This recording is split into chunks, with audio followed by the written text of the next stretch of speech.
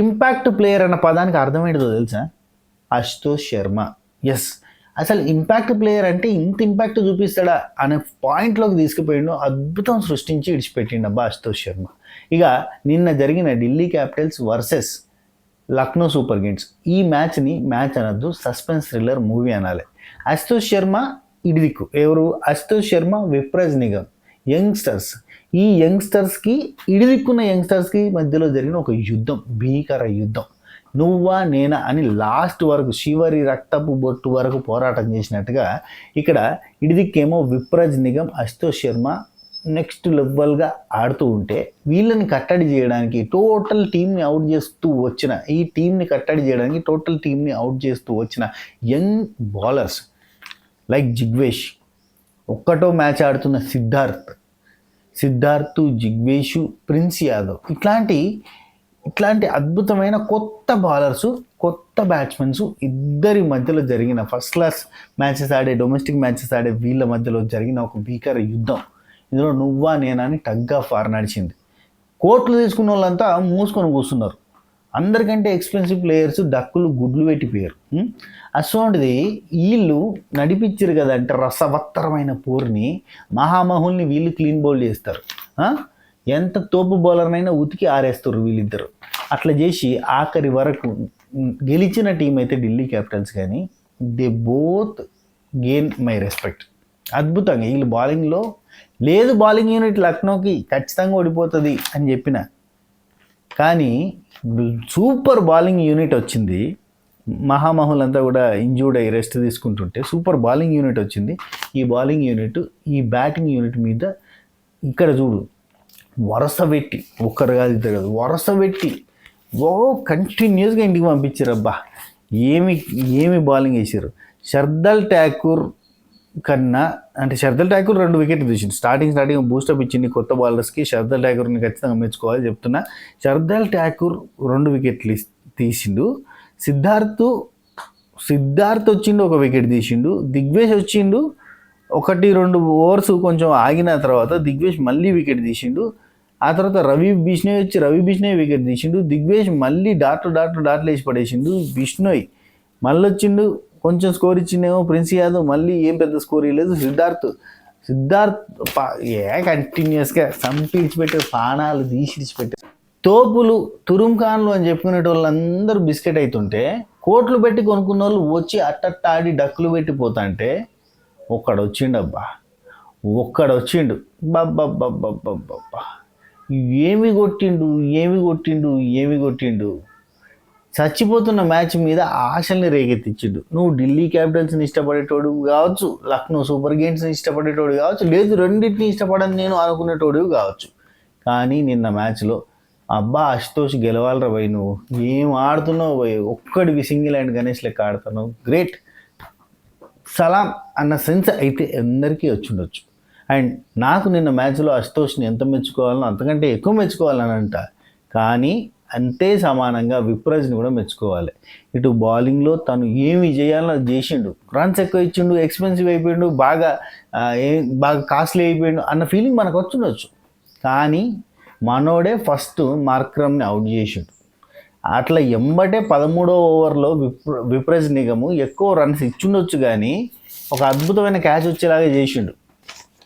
కరెక్ట్గా చూస్తే మంచి ఫామ్లోకి స్టార్ట్ అవుతున్న 17th రన్లో ఉన్న నికోలస్ పొరన్ని ఈజీ క్యాచ్ వచ్చేలాగా చేసిండు. ఆ ఈజీ క్యాచ్ని సమీర్ రిజ్వీ మిస్ చేయకుండా ఉంటే దడ ఇంకో రేంజ్లో ఉండేది.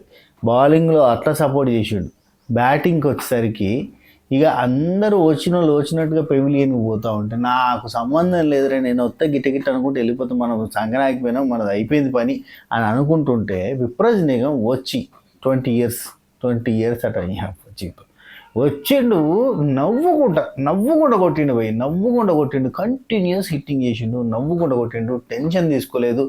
ఎవరు బౌలింగ్ వచ్చిన ఫట్ట చంపి ఇడిచిపెడితే దెబ్బకి యావరేజ్ మారిపోయింది, స్కోర్ మారిపోయింది, స్ట్రైక్ రేట్ మారిపోయింది, రన్ రేట్ మారిపోయింది.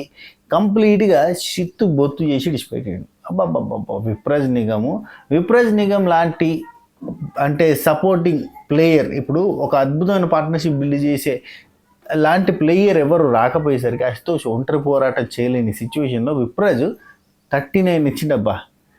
బ్యాక్ టు బ్యాక్ ఎన్ని బాల్స్, చాలా తక్కువ బాల్స్లో 39 స్కోర్ చేసిండు. విప్రాజ్ నిగమ్ 15 బాలల్లో 39 రన్లు ఇచ్చిండు. 39 రన్లు ఇవ్వగానే ఇట్లా ఏంటంటే మాహేష్మతి ఊపిరి పీల్చుకుంది, ఢిల్లీ క్యాపిటల్స్ ఊపిరి పీల్చుకొని అశుతోష్ అండ్ విప్రాజ్ ఇద్దరు దంచుకుంటూ వచ్చిన తర్వాత విప్రాజ్ చేసే కాడికి చేసి అవుట్ అయినాక స్టార్క్ వచ్చిండు. స్టార్క్ 5 బాలల్లో 2 రన్లు కొట్టిండు, అవుట్ అయిపోయాడు. ఇంకెట్టరా అన్నప్పుడు కుల్దీప్ యాదవ్ వచ్చిండు. ఇక మనోడు ఏం కొడతలే అనుకుంటే 5 బాళ్ళకి 5 కొట్టి టప్ మళ్ళీ అవుట్. ఆ తర్వాత మోహిత్ శర్మ వచ్చిండు. ఇక సిచ్యువేషన్ ఎంత టైట్ అయిందంటే ఆ టైంలో మోహిత్ సింగిల్ తీయాల్సిందే, ఎందుకంటే అశుతోష్ మాత్రం దుమ్ము దులిపేస్తాడు. కానీ అప్పుడు అశుతోష్ లాస్ట్ అంటే 19th ఓవర్ ఎండింగ్లో లాస్ట్ బాల్లో సింగిల్ తీస్తే మనోడికి మళ్ళీ స్ట్రైక్ వస్తుందని చెప్పి కొడితే అది 4 పోయింది అబ్బా. అది 4 పోయింది అనడాకంటే నాకేమనిపించిందంటే లక్నో సూపర్ జెయింట్స్ వాళ్ళు చిన్నగా వదిలేసారు అనిపించింది. అది పోయేదాన్ని ఆపడానికి కూడా ప్రయత్నం చేయలేదు. ఆపడానికి ప్రయత్నం చేస్తే సింగిల్ వస్తే కింగ్ వస్తాడు. ఎవరు? మన అశుతోష్ వచ్చింది అనుకో ఆషామాషి ముచ్చట కాదని చెప్పి అశుతోష్తో అంత ఈజీ కాదమ్మా అనుకొని వాళ్ళు ఆగిర్రు. అసలు ఆ 4 పోతే స్ట్రైక్ మారుతుంది, అవుట్ అయితే కథం, గేమ్ ఓవర్. మోహిత్ వస్తాడు, మోహిత్ రాగానే మూసేద్దాం అనే ఫీలింగ్లో ఉన్నారు వాళ్ళు. అందుకని మోహిత్ రాగానే మూసేద్దాం అన్న ఫీలింగ్లో ఉన్నాడు. మోహిత్ వచ్చిండు, అక్కడ కూడా మనోడు అయిపోయింది అవుట్ అనుకున్నారు. కానీ అక్కడ కూడా ప్యాడ్కి తగిలి బాల్ సైడ్కి వెళ్ళిపోయింది, కానీ లేదంటే అది ఎల్బీ అయిపోయింది. అక్కడ మిస్ అయింది, అంతే, జస్ట్ మిస్ అయింది. ఆ తర్వాత బాల్కి మనోడు ఏదో కింద మీద పడి జిగ్ అని అక్కడి నుంచి ఇక్కడికి ఉరికొచ్చేసిండు. 1 రన్ తీసిండు. తీయంగానే మనకి 4 బాళ్ళు 5 రన్లు, 4 బాళ్ళలో 5 రన్లు కొడితే గెలిచేది అనే సిచ్యువేషన్ ఉంది. మనోడు ఒక్క 6 కొట్టి పక్క జరిగిండు. ఆ 6 కూడా ఏమి స్టైలిష్గా కొట్టిండు. మళ్ళీ గిట్నే పోతుంది బ్యాట్. అరే ఏమి కొట్టుడు భయ్, అది అంత సింపుల్ కొడతాడు. విప్రాజ్ కూడా ఏం కొడుతున్నా అబ్బాయి, ఏం స్టైలిష్ బ్యాట్స్మెన్ అనిపించింది. నిన్న నేను ఢిల్లీ గెలుస్తుంది అని చెప్పిన భయ్. లక్నో వర్సెస్ ఢిల్లీయే గెలుస్తుంది, ఎందుకంటే లక్నోకి బ్యాటింగ్ లైనప్ పెద్దగా లేదు, లక్నోకి బౌలింగ్ లైనప్ పెద్దగా లేదు. ఎందుకంటే వాళ్ళ బౌలింగ్ లైనప్లో కింగులు, అంటే వాళ్ళ బౌలింగ్లో ఎవరి టీంకి వాళ్ళకి కొంతమంది కింగ్స్ ఉంటారు కదా. అందులో ఆవేష్ ఖాను, ఆకాష్ దీపు, మోసిన్ ఖాను, మయాంక్ యాదవ్ లాంటి ఈ అద్భుతమైన వీళ్ళ టీం బాలర్స్ నలుగురు ఇంజూర్ లేరు. ఒకరు రూల్డ్ అవుట్, ఇంకొకరు సగం సీజన్ రూల్డ్ అవుట్, ఇద్దరేమో ఎప్పుడు అవైలబుల్గా ఉంటారో చెప్పలేని సిచ్యువేషన్లో ఉంది. ఇంతమంది సడన్గా మ్యాచ్ ముందు పోయేసరికి అయిపోయిందిరా, చేతులు ఎత్తేసిరు అనుకున్నా. అండ్ ఇక్కడ మనం అశుతోష్, విప్రాజ్ వీళ్ళిద్దరి గురించే కాదబ్బా మనం మాట్లాడుకోవాల్సిన ఇంకొక 3 క్యాండిడేట్స్ ఉన్నారు. IPL 2025 అందించిన అద్భుతమైన బౌలర్స్ ఉన్నారు. ఇప్పుడు లక్నోకి బౌలింగ్ లైనప్ లేదు అని ఎవడు అనడానికి లేదు. ఇక నుంచి వెళ్ళి మనం వీళ్ళని చూస్తాం. సిద్ధార్థ్, దిగ్వేష్, ప్రిన్స్ యాదవ్, వీళ్ళు 3. రవి బిష్ణోయ్, షర్దల్ ఠాకూర్ అంటే ఓకే మనకు తెలుసు, అద్భుతంగా వేస్తారు. అట్నే షాబాజ్ అహ్మద్, వీళ్ళు 3 ఓకే. రవి బిష్ణోయ్ బౌలింగ్లో ఇచ్చి కొట్టి పడేసారు, కానీ వీళ్ళ బౌలింగ్లో కొట్టలేకపోయారు అబ్బా. సిద్ధార్థ్ ఆఫ్కోర్స్ కొత్త బౌలర్స్ కాబట్టి వీళ్ళు ఎలా వేస్తారో కూడా మనకు ఒక ఐడియా ఉండదు. మళ్ళీ దీనిలో దిగ్వేష్ అబ్బో కథలు ఉన్నాడు దిగ్వేష్. ప్రిన్స్ యాదవ్ బాగా వేస్తున్నాడు బౌలింగ్, కానీ ప్రిన్స్ యాదవ్ బౌలింగ్లో విప్రాజ్ ఇచ్చాడు. బౌలింగ్లో విప్రాజ్, అశుతోష్ ఇద్దరు కూడా దంచి కొట్టిరు. 16th ఓవర్లో కొట్టిరు, అప్పటిదాకా కొంచెం కొట్టడానికి కింద మీద అయ్యారు. ప్రిన్స్ యాదవ్ బౌలింగ్లో 16th ఓవర్లో 19th ఓవర్లో బాగానే కొట్టారు. సరే 16th ఓవర్లో అయితే ఇచ్చి పడేసారు అబ్బా. అయితే ఇప్పుడు మనం దిగ్వేష్ గురించి చెప్పుకోవాలి. స్టైలిష్ బౌలర్ ఉన్నాడు పర్ఫెక్ట్గా. అంటే మళ్ళీ మనోడి లోపల ఒక దిగ్వేష్ లోపల ఇడిదిక్కు మన స్ట్రైక్ అవుతుంది పేరు ఆగురు, మనోడి లోపల ఒక రకమైన సూర్యకుమార్ యాదవ్, ఒక రకమైన మరి different kind of bowler style అంతా కలగలిపిన కలగూర గంపలేకున్నాడు అబ్బా. బాల్ని దాచుకుంటూ వచ్చి మిస్టరీ స్పిన్లు వేయగలుగుతుండు. ఆ మిస్టరీ స్పిన్లు అవతలకి అర్థం కాని సిచ్యువేషన్ పోతాడు. మిస్టీరియస్ బౌలింగ్ ఉన్నది. అది మళ్ళీ కొత్తోడు కాబట్టి మనోడు ఇట్లా మిస్టీరియస్కి వేస్తాడంటే ఏం వేస్తాడు, మనోడి స్టైల్ ఏంది, మనోడు ఏమేం చేయగలుగుతాడో అర్థం చేసుకోలేని సిచ్యువేషన్ ఉంది కొత్తోడు కాబట్టి. కానీ మంచి బౌలింగ్ ఉన్నది. ఫట్ట ఫట్ట ఫట్ట వికెట్లు తీసిండబ్బా దిగ్వేష్. అసలు కొత్త బౌలర్స్ అబ్బా ఓపెనింగ్ నుంచి కూడా షర్దల్ ఠాకూర్ వచ్చిండు, వికెట్ తీసిండు. మెగ్రుక్ వికెట్ తీసిండు. షర్దల్ ఠాకూర్ 1 ఓవర్లో 2 వికెట్లు తీయడంతో మొత్తం సినిమా మారిపోయింది. అసలు అరే మెగ్రుక్ తోపు అవుటు, అభిషేక్ పొర్రెల్ తోపు అవుటు, వీళ్ళిద్దరు అవుట్ కాగానే సెకండ్ ఓవర్లో సిద్ధార్థ్ దిగిండు. సిద్ధార్థ్ ఎవరైతేనో సిద్ధార్థ్ లాస్ట్ ఇయర్ ఒక్కసారి ఆడిండు. అది ఒక ఇన్నింగ్స్ ఏమో ఆడినట్టున్నాడు. అరే ఒక వికెట్ తీసిండంట చెప్తున్నారు వెనకాల మనకి కామెంటరీలో. అరే పవర్ ప్లే స్పెషలిస్ట్ అంటే మనోడు ఎట్లా ఆడతాడో చూద్దాం అంటే 1 రన్ను 0 వికెట్ కథం. 2 డాట్లు ఇచ్చిండు, 1 రన్ ఇచ్చిండు, వికెట్ తీసి పారేసిండు, అయిపోయా. రిజ్వీని నిజం చెప్పాలంటే ఇప్పుడు షర్దల్ ఠాకూర్ బౌలింగ్ వేసినప్పుడు మెగ్రిక్ పోయిండబ్బా. ఫస్ట్ ఆర్డర్లో మెగ్రిక్ పోయిండు, అభిషేక్ పొరేల్ పోయిండు. వీళ్ళిద్దరు పోయిన తర్వాత ఎవరిని దింపాలి? ఇప్పుడు ఫ్యాబ్ డు ప్లేసెస్ అక్కడ ఉన్నాడు. ఫ్యాబ్ డు ప్లేసెస్ తర్వాత కంపెనీగా ఎవరిని దింపాలి? అక్షర్ పటేల్ రావన్నా సమీర్ రిజ్వీని పంపిండు. సరే ఇంకెవరినన్నా పంపాలి కదా, సమీర్ రిజ్వీని పంపిండు. సమీర్ రిజ్వీ ఆ టైంలో ఆడగలిగే బ్యాట్స్మెనా అంటే క్వశ్చన్ మార్కే. ఎందుకంటే టెన్షన్ని తీసుకుని ఆడాలి. టక్క 2 వికెట్లు పోయినాయి కదండి. సమీర్ రిజ్వీని దింపగానే మళ్ళీ కొత్త బౌలర్ వచ్చిండు సిద్ధార్థ్ వికెట్ తీసి పడేసాడు. సమీర్ రిజ్వీ పోగానే అక్షర్ వచ్చిండు, నిలబడ్డాడు, పర్లేదు, కొంచెం బెటర్గా అనిపించింది. అక్షర్ డ్యూప్లెసెస్ 3 ఓవర్స్ పార్ట్నర్షిప్గా గుందుకు రాగలిగారు. కానీ స్కోర్ రానియలేదబ్బా. ఇప్పుడు దిగ్వేష్ ఉన్నాడు, స్కోర్ రానియలే, చాలా తక్కువ స్కోరు గెయిన్ చేసేలాగా చేసిండు. సిద్ధార్థ్ ఉన్నాడు, సిద్ధార్థ్ 4th ఓవర్లో కొంచెం ఒక 14 రన్ల వరకు ఇచ్చిండు. అక్షరుని డ్యూప్లెసెస్ కొట్టుకున్నారు. ఆ తర్వాత షర్దల్ వచ్చిండు, మళ్ళీ ఒక 10 రన్లు ఇచ్చిండు. దిగ్వేష్ వచ్చిండు, ఎంబటే మళ్ళీ వికెట్ తీసి పడేసిండు. వికెట్ అక్షర్ అవుట్ కాగానే స్టబ్స్ని దింపారు. స్టబ్స్ ముందు దింపొచ్చు, స్టబ్స్ని సమీర్ రిజ్వీ ప్లేస్లో దింపాలి కదా. దింపితే కొంచెం అన్న మేనేజ్ చేస్తాడు, చూసి ఆడతాడు కాబట్టి. స్టబ్స్ వచ్చిండు, స్టబ్స్ని కరెక్ట్గా చెప్పాలంటే 1 2 3 4 స్టబ్స్ వచ్చిండు, అశుతోష్ ఉన్నాడు. స్టబ్స్ డ్యూప్లెసెస్ అవుట్ అయిపోయిండు. డ్యూప్లెసెస్ అవుట్ కాగానే అశుతోష్ వచ్చిన తర్వాత దిగ్వేష్ బౌలింగ్లో కొట్టలేకపోతున్నారు. బిష్నోయ్ బౌలింగ్లో కొంచెం అంతో ఇంతో కొట్టగలుగుతున్నారు. ఏమున్నా కానీ 10 రన్నులు అట్లా ఏదో సింపుల్గా 8 రన్నులు 7 రన్నులు పర్లేదు. అంటే స్ట్రైక్ రేట్ని మెయింటైన్ చేస్తూ వచ్చారు, రన్ రేట్ని మెయింటైన్ చేస్తూ వచ్చారు. ఎక్కడ ఫైర్ మొదలైందో చెప్తారు. ప్రిన్స్ యాదవ్ వచ్చిండు, స్టబ్స్ అశుతోష్ కొట్టలేకపోయారు. 1 రన్ 2 రన్స్ సింగిల్, మళ్ళీ 2 డాట్లు, మళ్ళీ సింగిల్. ఆ తర్వాత సిద్ధార్థ్ బౌలింగ్లో మళ్ళీ 1 డాటు 1 డాటు ఒక 4 అంతే. స్టబ్స్ అశుతోష్ ఏం చేస్తారు, ఇంకేం చేయగలుగుతారు? 12వ ఓవర్లో ప్రిన్స్ యాదవ్ వచ్చిండు, అక్కడ కొట్టలేకపోయారు. సిద్ధార్థ్ వచ్చిన తర్వాత స్టబ్స్ కొంచెం హిట్టింగ్ పోవడం స్టార్ట్ చేసిండు. మళ్ళీ 13th ఓవర్లో సిద్ధార్థ్ వచ్చినాక హిట్టింగ్ పోవడం స్టార్ట్ చేసిండు. ఆడ ఒక 2 సిక్స్లు కొట్టి వికెట్ ఇచ్చిండు. బ్యాక్ టు బ్యాక్ ఊపిండు, 3వది కూడా ఊపిండు, ఖతం అయిపోయింది, వికెట్ వచ్చింది. వికెట్ రాగానే ఇక్కడ అయిపోయింది.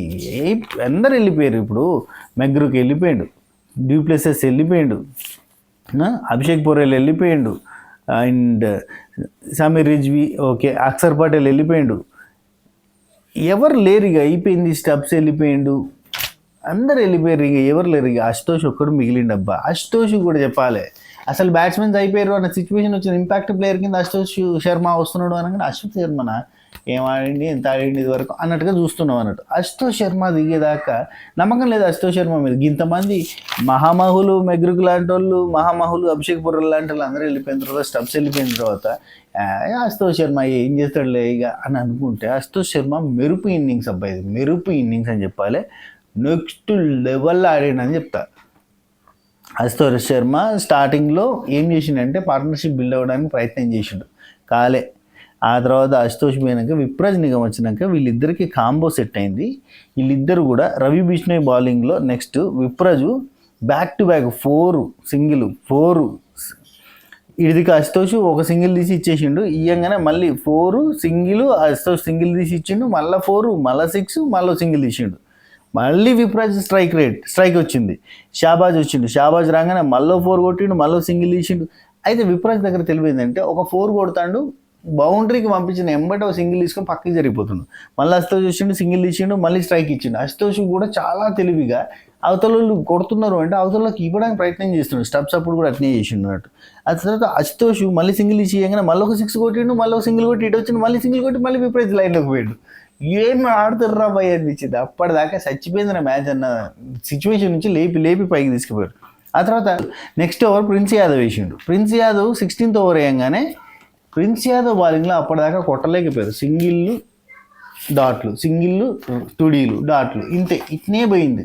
ఇది ప్రిన్స్ యాదవ్ బౌలింగ్లో అద్భుతంగా ఇతని అమ్మ ప్రిన్స్ యాదవ్ వచ్చిన బాబు మామూలుడు కాదు అన్న సిచ్యువేషన్కి వచ్చేసరికి ప్రిన్స్ యాదవ్ బౌలింగ్లో అశుతోష్ 6 4 బ్యాక్ టు బ్యాక్, ఒక 6 కొట్టిండు, ఒక 4 కొట్టిండు. ఇటు దిక్కేమో విప్రాజ్కి బ్యాటింగ్ స్ట్రైక్లో ఉన్నప్పుడు ఇటు 4 సింగిల్, అటు 6 4 సింగిల్, మంచిగా మార్చుకొని మడత పెట్టి కొట్టి పంపించేసారు. 20 బాలల్లో దాదాపు ఈ టైంలో ఒక 20 బాల్స్ లోపల ఒక 50 రన్స్ స్కోర్ చేసారు. ఆ రేంజ్లో స్ట్రైక్ పోయింది. ఇప్పుడు 15 బాల్స్లో 49 స్కోర్ చేసిండు విప్రాజ్.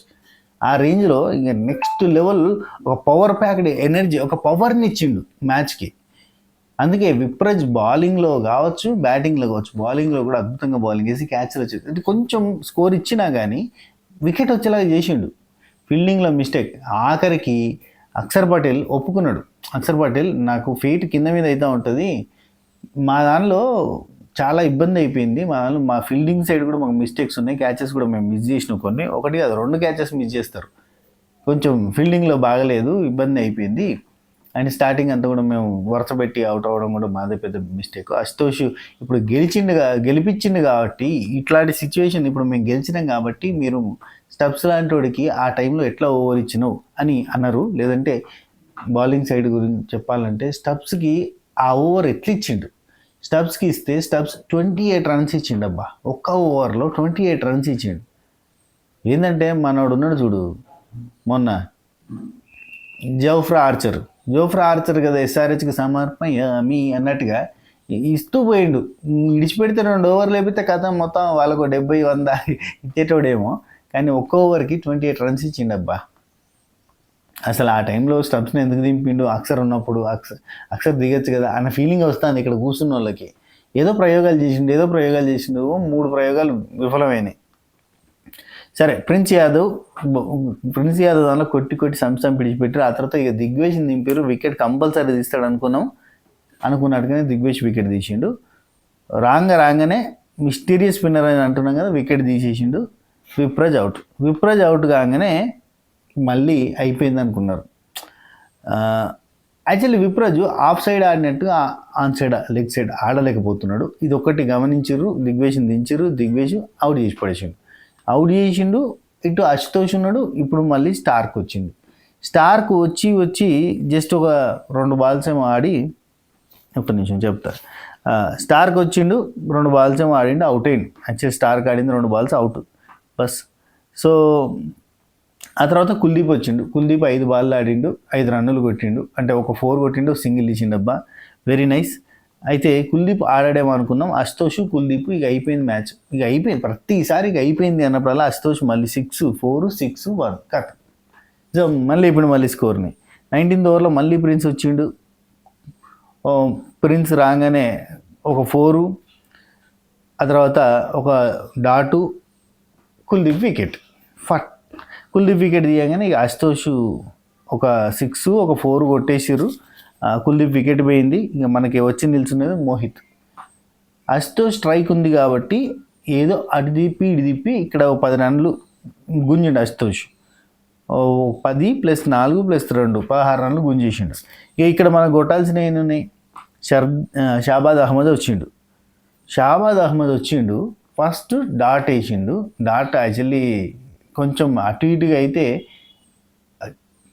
యాక్చువల్లీ 10th ఉన్నాడు రిషబ్ పంత్ కనుక కాన్సన్ట్రేట్ చేసి ఉంటే ఆ టైంలో అవుట్ చేసేటోడేమో, మిస్ అయింది. ఆ తర్వాత కూడా సింగిల్ తీసేటప్పుడు కూడా కొంచెం ఫీల్డింగ్లో రిషబ్ పంత్ సైడ్ మిస్టేక్ ఉన్నట్టే. సో ఆ 2 జరిగినాయి. మోహిత్ ఖాన్ స్ట్రైక్ తిప్పడమే ఆలస్యము. అశుతోష్ వచ్చింది 6 కొట్టి క్లోజ్ చేసిండు. అది చేజింగ్ కాదయ్యా, వచ్చినట్టుగా టింగ్ అవుట్, టింగ్ అవుట్, టింగ్ అవుట్, టింగ్ బోల్డ్ అట్లా అయ్యారు బ్యాక్ టు బ్యాక్. ఒక్క వికెట్ నిలబడి ఇంత దాకా తీసుకొచ్చి ఈ మ్యాచ్ గురించి మాట్లాడేటట్టు చేసి 1.2% గెలవడానికి అవకాశం ఉంది, జస్ట్ 1.2%. అట్లాంటి అవకాశాన్ని 50-50కి తీసుకొచ్చిండు, 80% తీసుకొచ్చిండు. కానీ మళ్ళీ పోయింది, మళ్ళీ 50-50కి వచ్చింది, మళ్ళీ 40%కి వచ్చింది. అసలు ఛాన్స్ లేదు. ఉంటుంది లేదు, వస్తుంది పోతుంది, గెలవరు. అట్లా తిప్పి కానీ విప్రాజ్ వచ్చిన తర్వాత విప్రాజ్ కాదప్ప, నిప్పు రాజేసినారు.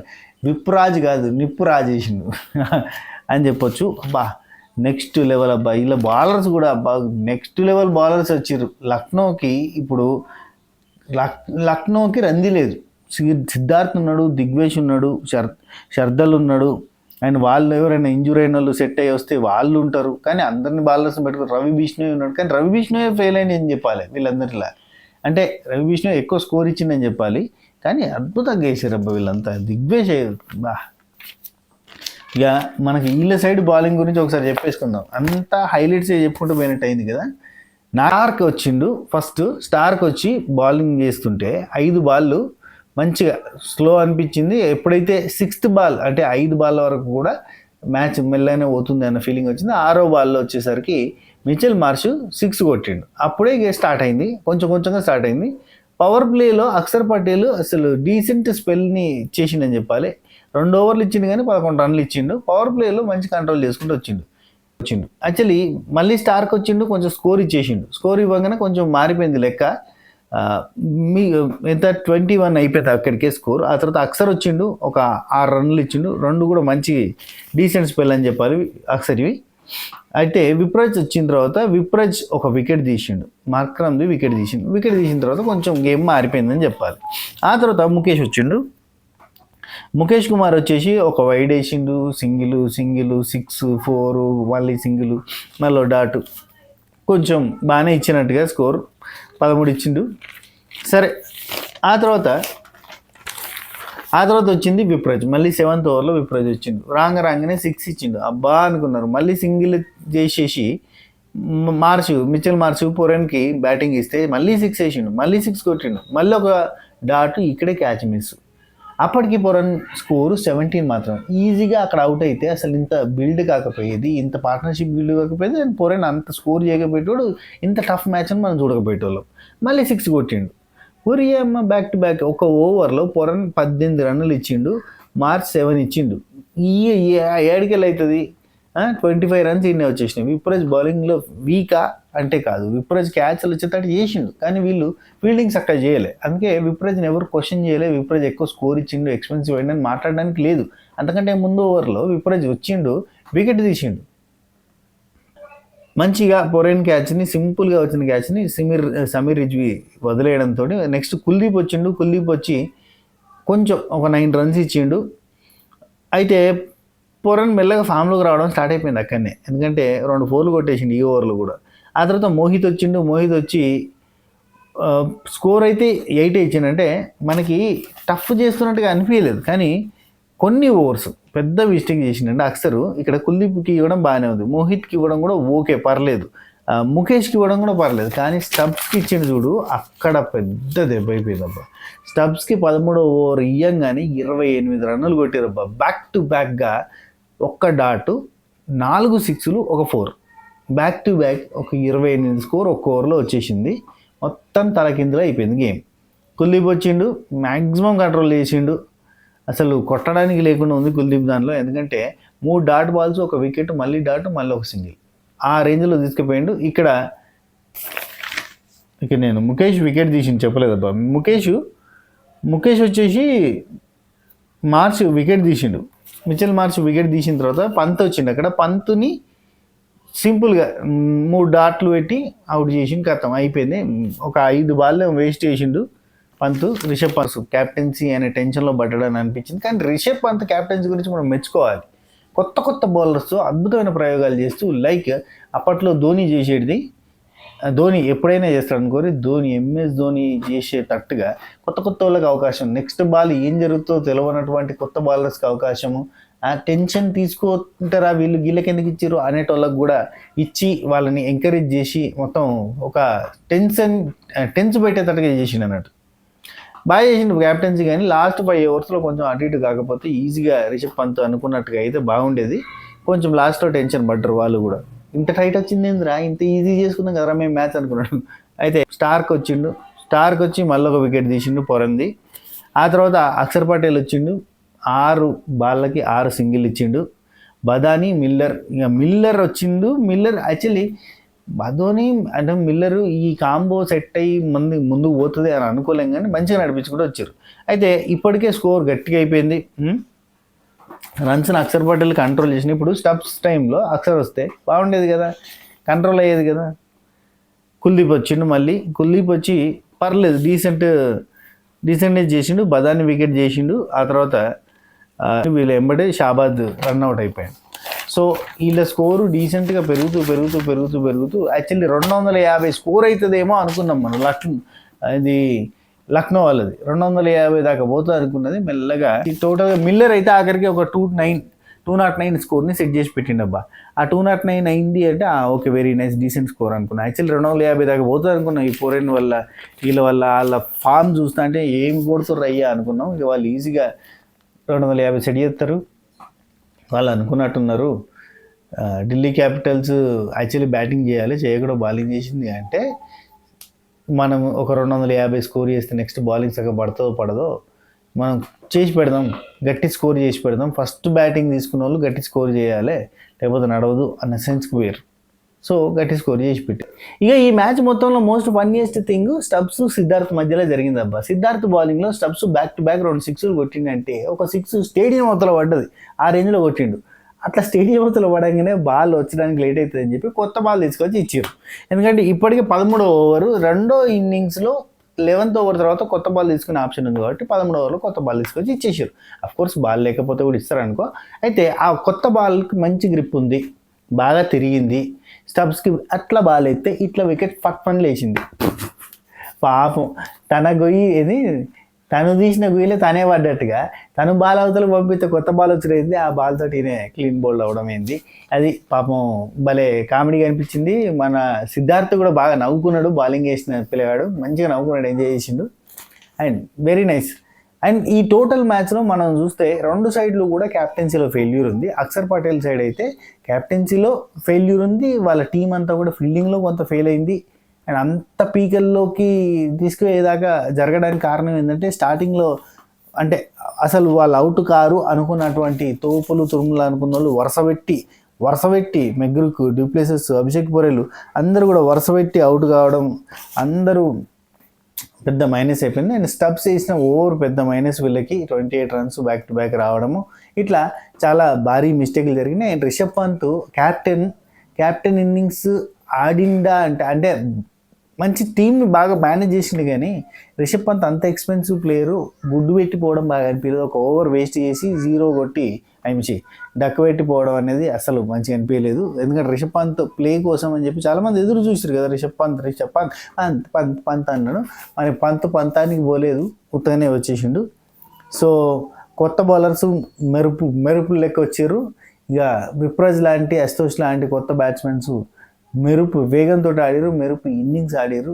ఇద్దరు కూడా నిరూపించుకున్నారు. ఒక వికెట్ నిలబడి ఇంత దాకా తీసుకొచ్చి ఈ మ్యాచ్ గురించి మాట్లాడేటట్టు చేసి ఐపీఎల్ చరిత్రలో తనకంటూ ఒక కొత్త అధ్యాయాన్ని, అంటే ఒక అద్భుతమైన ఆల్రౌండర్ని మనకు పరిచయం చేసింది.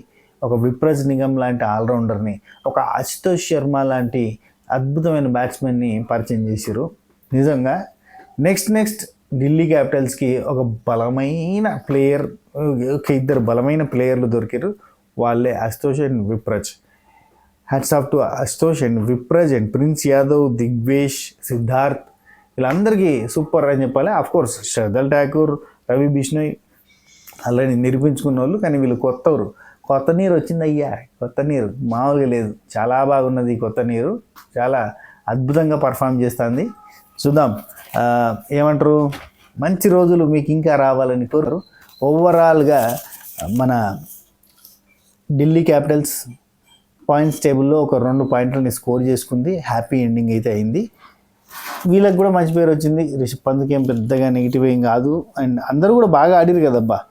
ఇప్పుడు కొత్త బౌలర్స్ కూడా మంచిగా బౌలింగ్ వేసారు. అందరూ కూడా టఫ్ ఫైట్ వచ్చింది. లాస్ట్ మూమెంట్ వరకు కూడా తీసుకొచ్చారు కాబట్టి ఎవరికి ఇబ్బంది లేదు. ఇదిదా మ్యాటర్. ఈ వీడియో మీకు నచ్చిందని అనుకుంటున్నా. నచ్చితే కనుక లైక్ కొట్టరు, షేర్ కొట్టరు, కామెంట్ పెట్టరు. అప్పుడే మనకి ఎక్కువ మందికి రీచ్ అయ్యే ఛాన్స్ ఉంటుంది. ఓకేనా? ఉంటా. Take care. Tata. By by. నమస్తే. జబ్బకేర్. ఇప్పటి వరకు మనం 5 మ్యాచ్లకు ప్రివ్యూలు చేసినాం. ఇవాళ సాయంత్రం జరగబోయే మ్యాచ్ కూడా ప్రివ్యూ చేసి పెట్టినాం. దీనికంటే ముందు వీడియో ఉంటుంది, చూసే ప్రయత్నం చేయరు. ఈ 5 మ్యాచ్ల ప్రివ్యూలలో 4 మ్యాచ్లు అయిపోయినాయి కదా. ఆ 4 3 మ్యాచ్లు విన్ అయింది మనం గెస్ చేసినట్టుగా. సో మనం ప్రివ్యూ ఏదైతే చెప్పుకున్నామో ఆ టైప్లోనే జరిగింది. సో ఒకసారి మరి ఇవాళ సాయంత్రం మ్యాచ్ కూడా చూసే ప్రయత్నం చేయరు. అంటే అఫ్కోర్స్ మనం కూడా బాగానే చెప్తున్నాం అని తెలవాలిగా ప్రపంచానికి, అందుకే చెప్తున్నాం. మీరు చూడండి, మనం అనుకున్నట్టుగానే, అంటే మనం ఆలోచించినట్టుగానే అవుతుంది కాబట్టి. అయితే కనుక వచ్చి మళ్ళీ ఒక లైక్ కొట్టిపోరి. లేదన్నా నువ్వు చెప్పినట్టే అయితలేదు అని అంటే కనుక కొట్టకూడదు, అంతే. సరేనా? ఉంటాం మళ్ళా. బాయ్.